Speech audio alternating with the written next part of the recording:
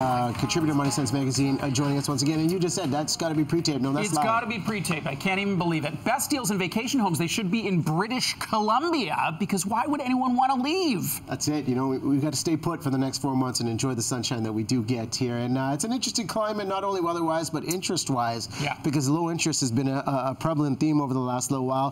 What does that mean for the average person out there in terms of investments, in terms of day-to-day and making cash? It is great if you have a mortgage, right? Because you're not paying a lot in interest. But the focus should be on paying down that mortgage as fast as you can to take advantage of low rates. When it comes to investing, it's not great, especially for people who are either retired or getting close to retirement, because that's the point in your investing life when you want some income coming in. And there's not a lot of income to be found. So if you're going to park some money, you can search around for a high interest savings account, but you're going to get like 2.5%. It's not great. So as you look at your overall portfolio, you want to see, what do I need? Do I need income or equity? And if it's income, you don't have a lot of choices. I wish I had some better news. I could do some fancy little trick, but there's not a lot of income these days. So what are some good go-tos for investment vehicles? Because I think in this climate, it's easy to say, you know what, I'm going to accumulate a little bit more debt. I'm going to do these home renovations. I'm going to do a little bit more shopping because the cost of borrowing isn't going to cost me as much. And then it's going to change. And then you're going to realize, oh my God, I'm in a mortgage that is now at 5%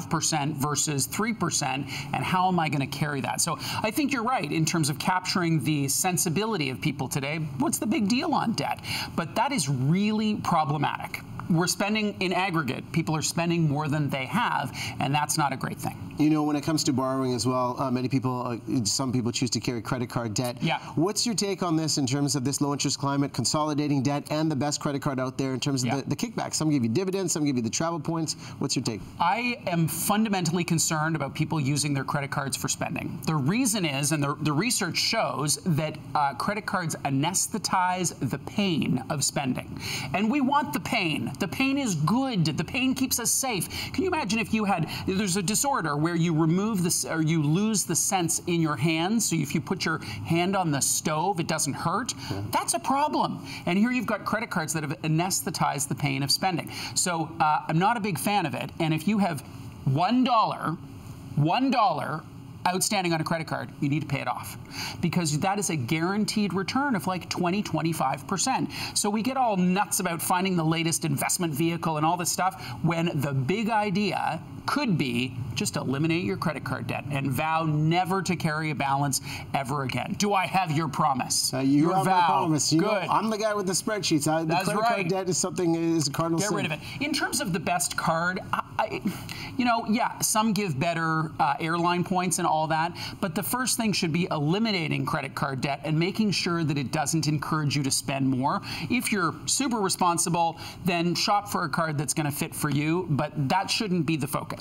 And just final take, we only have about 30 seconds left. Fixed or variable mortgage, I mean, we still have low interest rates now, but when you're planning. These days, it doesn't really matter. I would tend to go variable because historically, that's going to be the better return over time, but the spread's super short. The thing that people don't realize with variable is that you can fix your payment. So even though the rate moves, you can fix your payment. So you say, listen, I can afford $2 grand a month. That's going to be my payment. And if interest rates go up, you're spending more on interest and less on principal. And if they go down, the opposite occurs. Because a lot of people think the only way to lock in their payment is a fixed mortgage.